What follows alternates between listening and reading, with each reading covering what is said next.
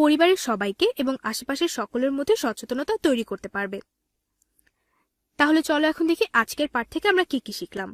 আজকের পাঠ থেকে আমরা শিখেছি ক্ষতিকর অণুজীবগুলো কিভাবে রোগবালাই সৃষ্টি করে, কি কি উপায় অবলম্বন করলে অণুজীব সৃষ্ট রোগগুলো থেকে রক্ষা পাওয়া যায়। তো আমাদের আজকের পাঠ এ পর্যন্তই। সবাই ভালো থেকো, সুস্থ থেকো। সরকারি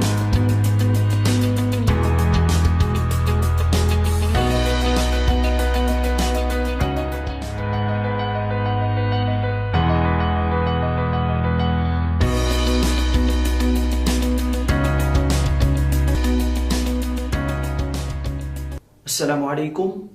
সুপ্রিয় শিক্ষার্থীবৃন্দ, আমার ঘরে আমার স্কুলের আজকের ক্লাসে তোমাদের সবাইকে স্বাগত জানাচ্ছি। আমি জাহিদ হাসান মিলু। আজকে আমি তোমাদেরকে পড়াবো অষ্টম শ্রেণীর বাংলাদেশ ও বিশ্ব পরিচয়ের প্রথম অধ্যায় তথা ও বাংলার স্বাধীনতা সংগ্রাম। উক্ত অধ্যায়ের তৃতীয় পর্ব তথা পাঠ 7 এবং 8 নিয়ে আজকের ক্লাসে আমি তোমাদের সঙ্গে আলোচনা করব। তো চলো প্রথমেই দেখে নেওয়া যাক আজকের ক্লাস থেকে তোমরা কি কি শিখতে পারবে। আজকের ক্লাস থেকে তোমরা যা যা শিখতে পারবে তা হলো বাংলায় জাগরণের ধারণা সম্পর্কে তোমরা জানতে পারবে, ভারত বিভক্তি ও পাকিস্তানের জন্ম সম্পর্কে তোমরা জানতে পারবে এবং ব্রিটিশ শাসন থেকে আনুষ্ঠানিকভাবে চূড়ান্ত মুক্তি সম্পর্কেও তোমরা জানতে পারবে। তো আমরা মূল ক্লাসে চলে যাব, তবে তার আগে তোমাদের সঙ্গে আমরা একটু আলোচনা করে নিব যে এই অধ্যায়ের প্রথম পাঠগুলোতে তোমাদের সঙ্গে কি কি বিষয় নিয়ে আলোচনা করা হয়েছিল। এই অধ্যায়ের পূর্বের পাঠগুলোতে তোমাদের সঙ্গে যে যে বিষয়গুলো নিয়ে আলোচনা হয়েছিল তা হলো উপনিবেশ কি সেটির ধারণা সম্পর্কে তোমাদের সঙ্গে আলোচনা করা হয়েছিল, উপনিবেশ প্রতিষ্ঠার বিস্তার ও তার অবসানের গুরুত্ব সম্পর্কে তোমাদের সঙ্গে কথা বলা হয়েছে, ঔপনিবেশিকদের আগমন এবং সেটির প্রেক্ষাপট নিয়ে তোমাদের সঙ্গে কথা বলা হয়েছিল এবং আমাদের এই ভূখণ্ডে ইউরোপীয় বাণিজ্যের বিস্তার সম্পর্কে তোমাদের সঙ্গে কথা বলা হয়েছিল এবং আমাদের এই ভূখণ্ডে ইংরেজ শাসন প্রতিষ্ঠিত হওয়ার কারণসমূহ সম্পর্কেও তোমাদের সঙ্গে আলোচনা করা হয়েছিল। তার পাশাপাশি পরবর্তী পাঠগুলোতে তোমাদের সঙ্গে আলোচনা করা হয়েছিল ইস্ট ইন্ডিয়া কোম্পানির শোষণ ও ব্রিটিশ শাসনের প্রভাব সম্পর্কে এবং তার পরবর্তীতে তোমাদের সঙ্গে আলোচনা করা হয়েছিল ইস্ট ইন্ডিয়া কোম্পানি ও ব্রিটিশ বিরোধী আন্দোলন সম্পর্কে। তো চলো এখন আমরা আমাদের আজকের ক্লাসের মূল আলোচনায় চলে যাব। তো প্রিয় শিক্ষার্থীবৃন্দ, চলো এবার আজকের ক্লাসের মূল আলোচনায় চলে যাওয়া যাক।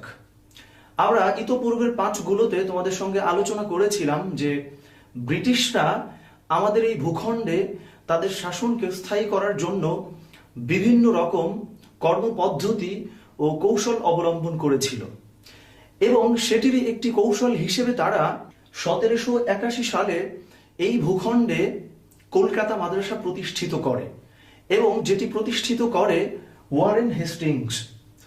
এবং এটি প্রতিষ্ঠিত করার মধ্য দিয়ে এই ভূখণ্ডে যে মুসলমান ছিল সেই মুসলমানদের হৃদয়কে তারা জয় করার চেষ্টা করে বিভিন্ন রকম কর্মসংস্থান সৃষ্টি করার মধ্য দিয়ে। অর্থাৎ মুসলমানরা যে ক্ষুব্ধমনা হয়ে গেছিল তাদেরকে একটি কর্মসংস্থান উপহার দিয়ে এই মাদ্রাসাটি প্রতিষ্ঠিত করার মধ্য দিয়ে মুসলমানদের মনকে ব্রিটিশরা জয় করার চেষ্টা করে এবং সেটিরই ধারাবাহিকতায় 1791 সালে প্রতিষ্ঠিত হয় সংস্কৃত কলেজ এবং এই সংস্কৃত কলেজ প্রতিষ্ঠিত করার মধ্য দিয়ে হিন্দুদের মনকে জয় করার চেষ্টা করা হয়। এভাবে নানান রকম শিক্ষামূলক পদ্ধতি অবলম্বন করে ব্রিটিশরা চাইছিল এই ভূখণ্ডে একটি শিক্ষিত অনুগত শ্রেণী তৈরি করতে। তো তারা যেই উদ্দেশ্যে এটি সৃষ্টি করুক না কেন, এই শিক্ষামূলক কার্যক্রমের মধ্য দিয়ে এই ভূমির মানুষ শিক্ষা সচেতন হচ্ছিল, আধুনিক মনস্কা হচ্ছিল এবং তার পাশাপাশি ব্রিটিশদের উদ্দেশ্যটাও কিছুটা পরিমাণে বাস্তবায়িত হচ্ছিল। এবং এই সময় ইংরেজ মিশনারি স্যার উইলিয়াম কেরি খ্রিস্ট ধর্ম প্রচার করার পাশাপাশি বিভিন্ন রকম সামাজিক কর্মকাণ্ডের সঙ্গে যুক্ত হচ্ছিলেন, উদ্যোগ গ্রহণ করছিলেন। যেমন সেগুলোর মধ্যে উল্লেখযোগ্য হলো বাংলা ব্যাকরণ রচনা করা, সংবাদপত্র প্রচার করা, মুদ্রণ যন্ত্র প্রতিষ্ঠিত করা এবং স্কুল টেক্সট বোর্ড প্রতিষ্ঠিত করা। ও এই কাজগুলোর মধ্য দিয়ে তিনি মানুষের মধ্যে শিক্ষা সচেতনতা তৈরি করছিলেন। তো এই যে শিক্ষা সচেতনতা তৈরি হচ্ছে, এর ফলে এই ভূখণ্ডের মানুষ উচ্চ শিক্ষা এবং উচ্চতর গবেষণার প্রতি ক্রমাগত আগ্রহী হয়ে উঠছিল এবং তাদের সেই আগ্রহকে পূরণ করার জন্যে এবং তাদের সেই আগ্রহের জন্যে 1857 সালে প্রতিষ্ঠিত করা হয় কলকাতা বিশ্ববিদ্যালয় এবং এর ফলে মানুষের মধ্যে আরো সচেতনতা এবং আধুনিকতা ঢুকতে থাকে। এবং দেখো, এই সময়ের মধ্য দিয়ে অর্থাৎ 1821 সালে শ্রীরামপুরে যখন মুদ্রণ যন্ত্র প্রতিষ্ঠিত করা হয়, চালু করা হয়, তখন মানুষ পড়াশোনার প্রতি এবং শিক্ষার প্রতি আরো বেশি আগ্রহী হয়ে ওঠে এবং এই সময়টিতে বিভিন্ন রকম সমাজ সংস্কারমূলক কাজ হয়, যেমন তোমার ঈশ্বরচন্দ্র বিদ্যাসাগর এবং রাজা রামমোহন রায় তারা বিভিন্ন রকম সমাজ সংস্কারমূলক কাজ করছিলেন এবং পাশাপাশি রবীন্দ্রনাথ ঠাকুর, কাজী নজরুল ইসলাম, মীর মোশাররফ হোসেন, শরৎচন্দ্র চট্টোপাধ্যায়, বঙ্কিমচন্দ্র চট্টোপাধ্যায়, এই যে বিজ্ঞ লোক ছিলেন তারা বাংলা সাহিত্যকে আরো অনেক দূরে এগিয়ে নিয়ে যাচ্ছিলেন।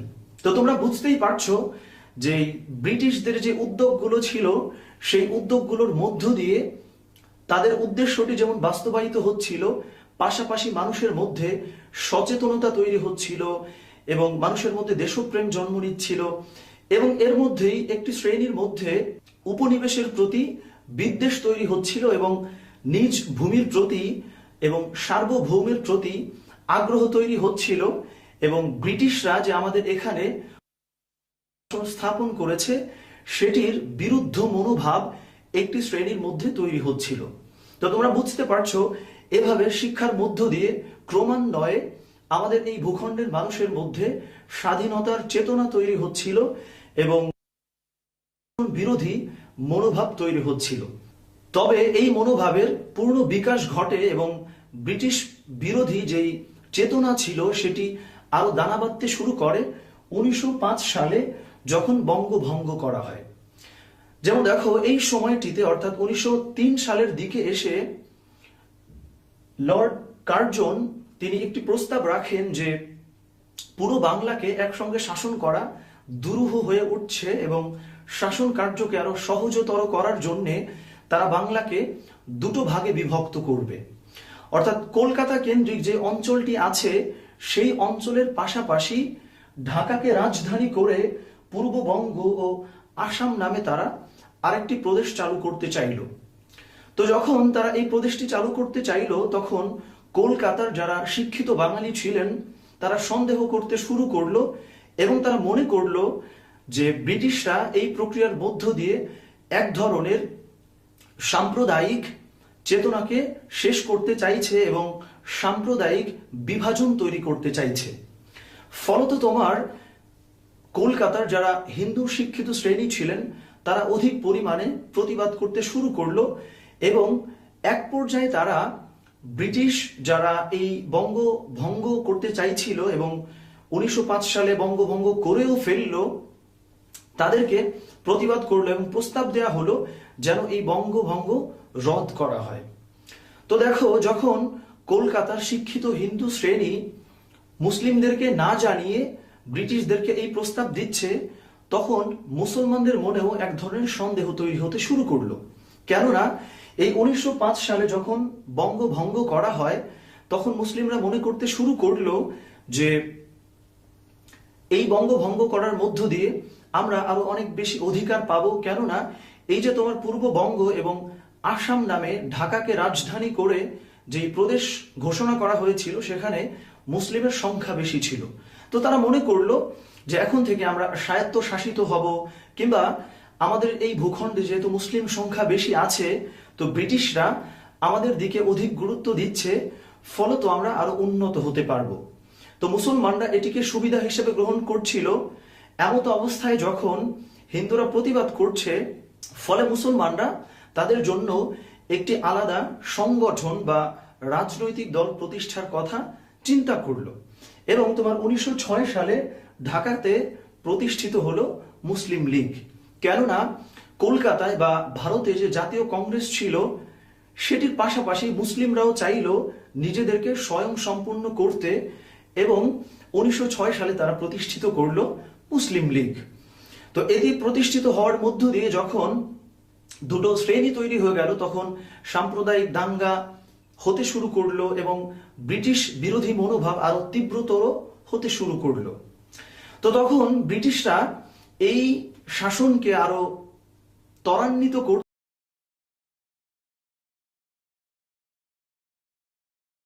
বাংলার মানুষজন তখনও পূর্ণ স্বাধীনতা পেলাম না। কেননা যখন 1947 সালে দেশ বিভাজিত হয়ে গেল, তখন পশ্চিম পাকিস্তানের যারা নেতারা ছিলেন তারা আমাদের এই পূর্ববঙ্গের মানুষের প্রতি, পূর্ব বাংলার প্রতি প্রচন্ড রকম বৈষম্য করে। তো এই বৈষম্যের মধ্য দিয়ে আমরা পুনরায় স্বাধীন হতে চাইলাম এবং চূড়ান্তভাবে স্বাধীন হতে চাইলাম। ফলত আমরা বলতে পারি যে 1947 সালে যেই স্বাধীনতা এবং দেশ বিভক্ত হয়েছিল, সেটির ফলে পাকিস্তান এবং ভারত স্বাধীনতা পেলেও আমাদের এই পূর্ব বাংলার এই ভূখণ্ডের মানুষ প্রকৃতপক্ষে স্বাধীনতা পায়নি। ফলে পরবর্তীতে আমরা পশ্চিম পাকিস্তানের এই বৈষম্য থেকে মুক্তি পেতে বিভিন্ন উদ্যোগ গ্রহণ করি এবং আমাদের মধ্যে স্বাধীনতার চেতনা আরো তীব্র হতে থাকে এবং পরবর্তীতে এসে 1971 সালে আমরা পাকিস্তান থেকেও মুক্ত হই এবং স্বাধীন সার্বভৌম বাংলাদেশ গঠনে, বাংলাদেশ তৈরিতে সক্ষম হই। তো প্রিয় শিক্ষার্থীবৃন্দ, আশা করছি তোমরা বুঝতে পারছো যে আমাদের এই বাংলায় স্বাধীনতার জাগরণ এবং বাংলার মানুষের মনে জাগরণ কিভাবে সৃষ্টি হয়েছিল, সেটির বিবর্তন এবং সেটির পুরো পরিবর্তন আশা করছি তোমরা বুঝতে পারছো। তো প্রিয় শিক্ষার্থীবৃন্দ, আমরা আজকের মতো এখানে ক্লাস শেষ করে দিব। তবে তার আগে আমরা ছোট্ট করে আলোচনা করে নিব যে আজকের ক্লাসে তোমাদের সঙ্গে কি কি বিষয় আলোচনা হয়েছে।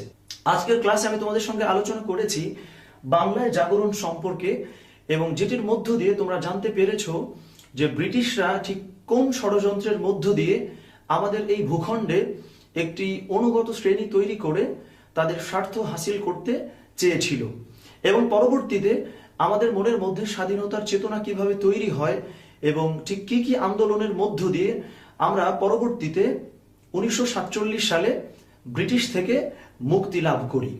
তো প্রিয় শিক্ষার্থীবৃন্দ, আশা করছি তোমরা আজকের ক্লাসটি বুঝতে পেরেছো।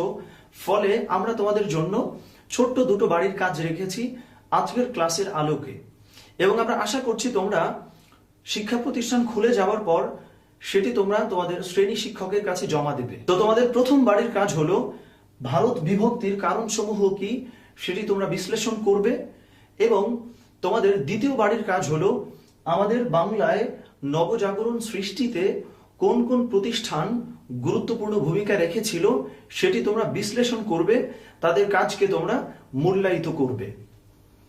তো আজকের মতো এখানে ক্লাস শেষ করছি। শিক্ষার্থীবৃন্দ, তোমরা যদি আমাদের আজকের ক্লাসটি পুনরায় করতে চাও তাহলে আমার ঘরে আমার স্কুলের ফেসবুক পেজ এবং ইউটিউব চ্যানেলে চোখ রাখো।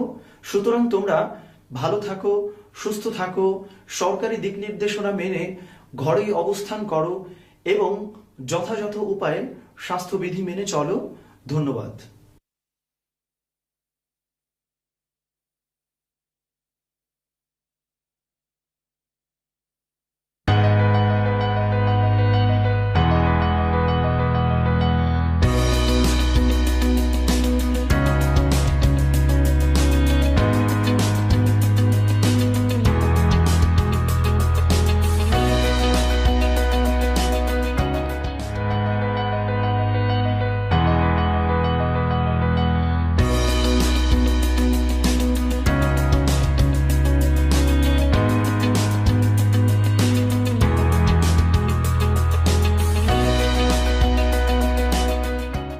সুপ্রিয় শিক্ষার্থীরা, আমার ঘরে আমার স্কুলের আজকের ক্লাসে তোমাদের স্বাগতম। আজকের ক্লাসে আমরা যে বিষয়টি নিয়ে আলাপ করব সেটি হচ্ছে অষ্টম শ্রেণীর বিজ্ঞান বিষয়ের অধ্যায় 3-এর পাঠ নং 5, 6 এবং 7 নিয়ে। তাহলে আজকের ক্লাসে আমরা কি কি শিখব? আজকের ক্লাসে আমরা জানতে পারবো ইমবাইবিশন কি, উদ্ভিদের পানি শোষণ পদ্ধতি, উদ্ভিদের খনিজ লবণ শোষণ পদ্ধতি এবং প্রস্বেদনের গুরুত্ব। তাহলে চলো শিক্ষার্থীরা আমরা মূল ক্লাসে চলে যাই। ইমবাইবিশন ইমবাইবেশন হচ্ছে যে প্রক্রিয়ায় কলয়েড ধর্মী বিভিন্ন পদার্থ নানা ধরনের তরল পদার্থ শোষণ করে তাকে ইমবাইবেশন বলে। যেমন স্টার্চ, সেলুলোজ, যেমন হচ্ছে জিলেটিন, এগুলো আমরা খেয়াল করলে দেখব যে আমরা যদি কোনো একটি কাঠের টুকরোকে পানিতে চুবিয়ে রাখি কিছুক্ষণ ধরে, তাহলে সেই কাঠের টুকরোটা পানি শোষণ করে ফুলে ফেপে ওঠে। এই যে কাঠের টুকরোটা পানি শোষণ করলো, এটাই হচ্ছে ইমবাইবেশন পদ্ধতি। কারণ কাঠের টুকরোর মধ্যে সেলুলোজ নির্মিত পদার্থ থাকে এবং সেলুলোজ নির্মিত পদার্থের ধর্মই হচ্ছে পানি শোষণ করে নেওয়া। উদ্ভিদের পানি শোষণ, আমরা জানি উদ্ভিদ তার মূলরোম দ্বারা মাটি কণা থেকে পানি শোষণ করে থাকে। এবং কিভাবে শোষণ করে? উদ্ভিদ তার মূল রোম দ্বারা মাটির মধ্যে যে পানি বা কৈশিক পানি থাকে, সেই কৈশিক পানিগুলো সে ইমবাইবেশন পদ্ধতিতে শোষণ করে থাকে। আমরা জানি উদ্ভিদ সাধারণত দুই রকমের হয়ে থাকে, স্থলজ উদ্ভিদ এবং জলজ উদ্ভিদ। স্থলজ উদ্ভিদ মাটি থেকে পানি শোষণ করে শুধুমাত্র মূল রোম দ্বারা, কিন্তু জলজ উদ্ভিদ তাদের মূল রোম সহ তাদের যে কাণ্ড থাকে, এক কথায় বলতে গেলে তারা তাদের সমস্ত যে শরীর থাকে সেই শরীর দিয়ে কিন্তু পানি শোষণ করতে পারে। আমরা যদি একটু চিত্র দুটোর দিকে লক্ষ্য করি তাহলে আমরা দেখব প্রথম চিত্রে আমাদের একটি স্থলজ উদ্ভিদের চিত্র দেওয়া আছে। আমরা যদি এখন এই চিত্রটির দিকে একটু লক্ষ্য করি তাহলে আমরা দেখতে পারবো প্রথম চিত্রে একটি স্থলজ উদ্ভিদের চিত্র দেওয়া আছে এবং আমরা এখানে দেখতে পাচ্ছি এখানে আমাদের মাটির অবস্থান, মাটির নিচে উদ্ভিদের মূল এবং মাটির উপরে উদ্ভিদের উপরের অংশটুকুন। যদি আমি মূলগুলোর দিকে লক্ষ্য করি তাহলে দেখব এই যে আমার উদ্ভিদের যে মূলগুলো রয়ে গেছে, এই মূলগুলোর সাহায্যে আমার মাটির ফাঁকা ফাঁকা জায়গাতে যে কৈশিক পানিগুলো রয়েছে সেই কৈশিক পানিগুলো মূলগুলো টেনে নেয় উপরের দিকে। এবং এই টেনে নেওয়ার পদ্ধতিটা কিভাবে হয়? তারা ইমবাইবেশন প্রক্রিয়াতে মাটি থেকে পানিগুলো টেনে নেয়। ঠিক একইভাবে যদি এখন আমরা দ্বিতীয় চিত্রটির দিকে একটু লক্ষ্য করি তাহলে আমরা দেখব আমাদের এই যে পানির লেয়ারটা দেখা যাচ্ছে, পানির নিচে কিন্তু উদ্ভিদের মোটামুটি সবটুকু শরীর নিমজ্জিত অবস্থায় আছে। এখানে তার মূলগুলো পানির নিচে আছে, মূল ছাড়াও তার যে দেহ কাণ্ড সেই কাণ্ডগুলোও কিন্তু পানির নিচে আছে। তাহলে আমরা যদি ভালো মতন লক্ষ্য করি, পুরো শরীরই তার পানির নিচে থাকার কারণে কিন্তু এই উদ্ভিদগুলো, জলজ উদ্ভিদগুলো মূল এবং তার দেহকাণ্ড দিয়েও কিন্তু পানি শোষণ করে থাকে। এবং এই পানি শোষণ কি প্রক্রিয়াতে হচ্ছে? ইমবাইবেশন প্রক্রিয়াতে হচ্ছে। কারণ আমাদের যে মূল রোমগুলো থাকে, এই মূল রোমের যে মেমব্রেন বা পর্দাগুলো থাকে, সেই পর্দাগুলো ভেদ্য পর্দা হয়ে থাকে এবং এই ভেদ্য পর্দা হয়ে থাকার কারণেই তারা খুব সহজে মাটি থেকে এবং পানি থেকে পানি শোষণ করতে পারে। উদ্ভিদের পানি শোষণ প্রক্রিয়াটি আর একটু ভালোভাবে বোঝার জন্য আমরা এই চিত্রটির দিকে একটু ভালো মতো লক্ষ্য করব। এখানে আমাদের একটা চিত্র দেওয়া আছে, একটা মূলের চিত্র বড় করে দেওয়া আছে। আমরা জানি এই জায়গাগুলো যেগুলো দেখতে মূলের মধ্যে ছোট ছোট চুলের মতন, এই জিনিসগুলোকে বলা হয় মূল রোম। মূল রোমগুলো সাধারণত এককোষী হয়ে থাকে। তাহলে এই পুরো জায়গাতে যে মূল রোমগুলো আছে, এই পুরো অঞ্চলটাকে একসঙ্গে বলা হয় মূল রোম অঞ্চল।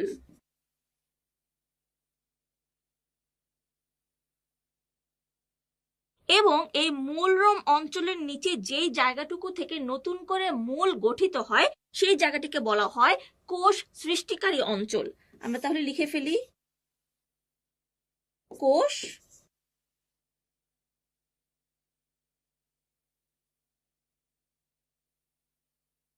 এখন এই যে মূল রোমগুলো আছে, মূল রোম অঞ্চলের যে ছোট ছোট এককোষী মূল রোমগুলো আছে, সাধারণত এই মূল রোমগুলোর পর্দায় কিন্তু ভেদ্য হয়ে থাকে এবং এই মূল রোমগুলো দিয়েই কিন্তু উদ্ভিদ মাটির কণা থেকে পানিগুলো শোষণ করে নেয়। যখন পানিগুলো শোষণ করে নেয় তখন পরবর্তীতে কি ঘটে থাকে, এই জিনিসটা যদি আমরা এখন এই চিত্র থেকে একটু এই চিত্র দিকে লক্ষ্য করি তাহলে আমরা দেখব এইটা একটা এককোষী মূল রোম আমরা দেখতে পাচ্ছি।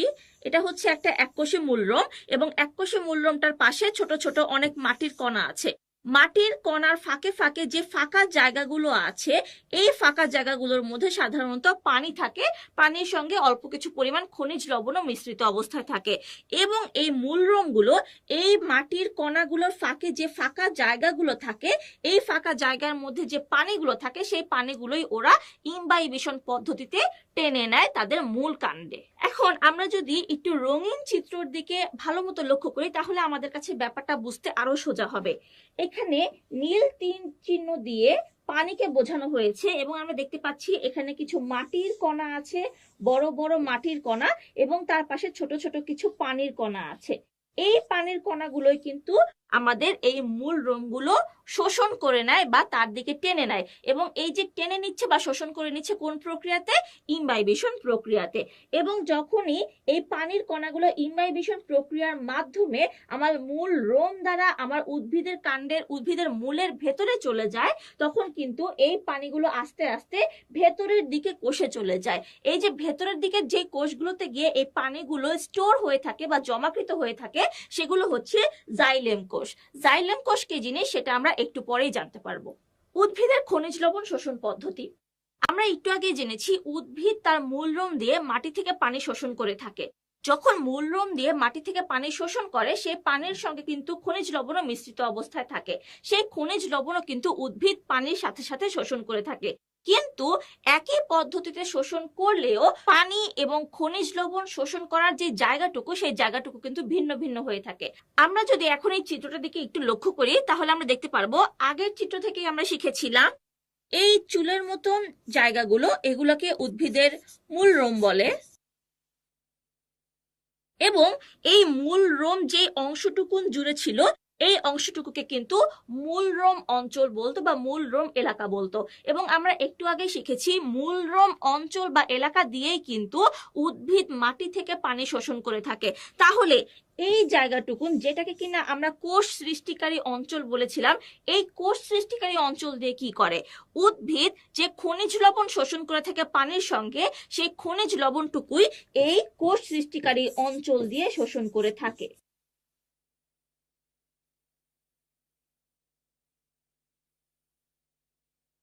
তাহলে আমরা কি শিখলাম?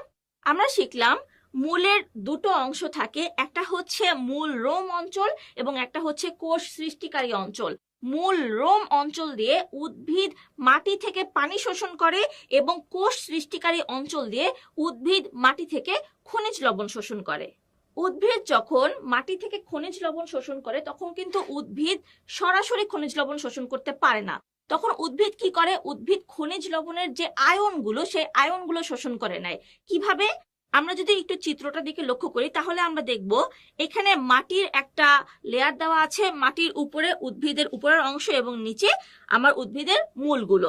এবং এখানে ছোট ছোট করে অনেকগুলো খনিজ লবণ দেখানো হয়েছে। যেমন এখানে দেখা হয়েছে ম্যাঙ্গানিজ, এখানে দেখানো হয়েছে জিঙ্ক, এখানে দেখানো হয়েছে সালফার, এখানে দেখানো হয়েছে পটাশিয়াম, সোডিয়াম, ক্যালসিয়াম। এই যে ছোট ছোট আমার আয়নগুলো, যেগুলো কিনা খনিজ লবণের আয়ন, উদ্ভিদ তার মূল দিয়ে কিন্তু এই খনিজ লবণের আয়নগুলোই শোষণ করে থাকে। কারণ উদ্ভিদ কিন্তু কখনোই সরাসরি খনিজ লবণের দানা শোষণ করতে পারে না। এতক্ষণ আমরা শিখলাম উদ্ভিদ মাটি থেকে পানি এবং খনিজ লবণ শোষণ করে থাকে। এই যে উদ্ভিদ শোষণ করছে, এই শোষণ প্রক্রিয়া সাধারণত দুইটা প্রক্রিয়াতে বা দুইটা ভাবে হয়ে থাকে। কি কি? একটা হচ্ছে সক্রিয় শোষণ বা অ্যাক্টিভ অ্যাবজর্পশন, এবং একটা হচ্ছে নিষ্ক্রিয় শোষণ বা ইনঅ্যাক্টিভ অ্যাবজর্পশন। সক্রিয় শোষণ বা অ্যাক্টিভ অ্যাবজর্পশন, উদ্ভিদের এই প্রক্রিয়া মূলরম ইমবাইবেশন ও অভিস্রবণ প্রক্রিয়ায় লবণ শোষণ করে না।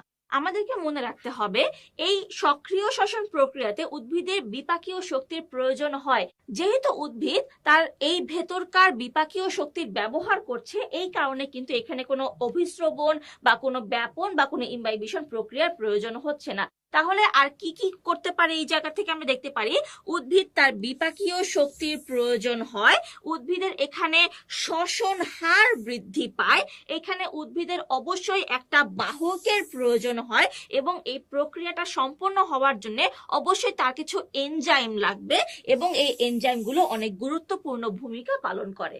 নিষ্ক্রিয় শ্বসন বা ইনঅ্যাক্টিভ অ্যাবজর্পশন, উদ্ভিদের এই প্রক্রিয়ায় মূলরম ইমবাইবেশন ও অভিস্রবণ প্রক্রিয়ায় লবণ শোষণ করে। নিষ্ক্রিয় শ্বসন হচ্ছে সক্রিয় শ্বসনের ঠিক সম্পূর্ণ উল্টো।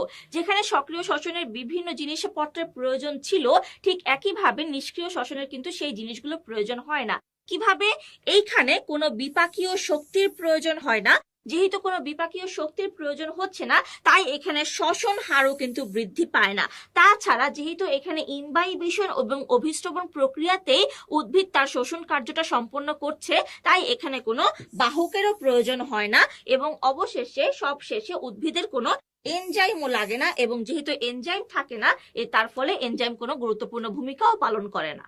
উদ্ভিদের সকল ধরনের প্রক্রিয়ার মাধ্যমে সবচেয়ে গুরুত্বপূর্ণ যে প্রক্রিয়া সেটা হচ্ছে উদ্ভিদের প্রচ্ছেদন প্রক্রিয়া বা ট্রান্সপিরেশন সিস্টেম।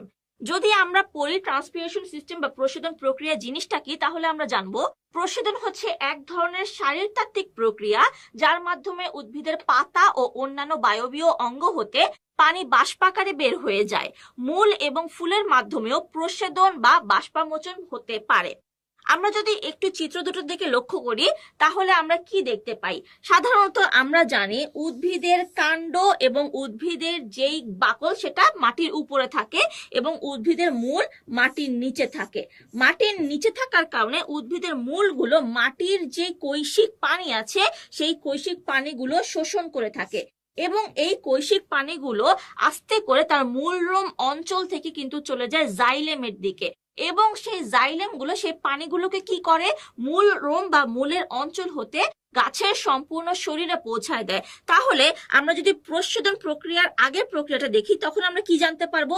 এই পানিটুকুন মূলরোম এলাকা হতে কিন্তু গাছের সম্পূর্ণ শরীরে পৌঁছায় যাচ্ছে, সম্পূর্ণ শরীরে পৌঁছায় গেল।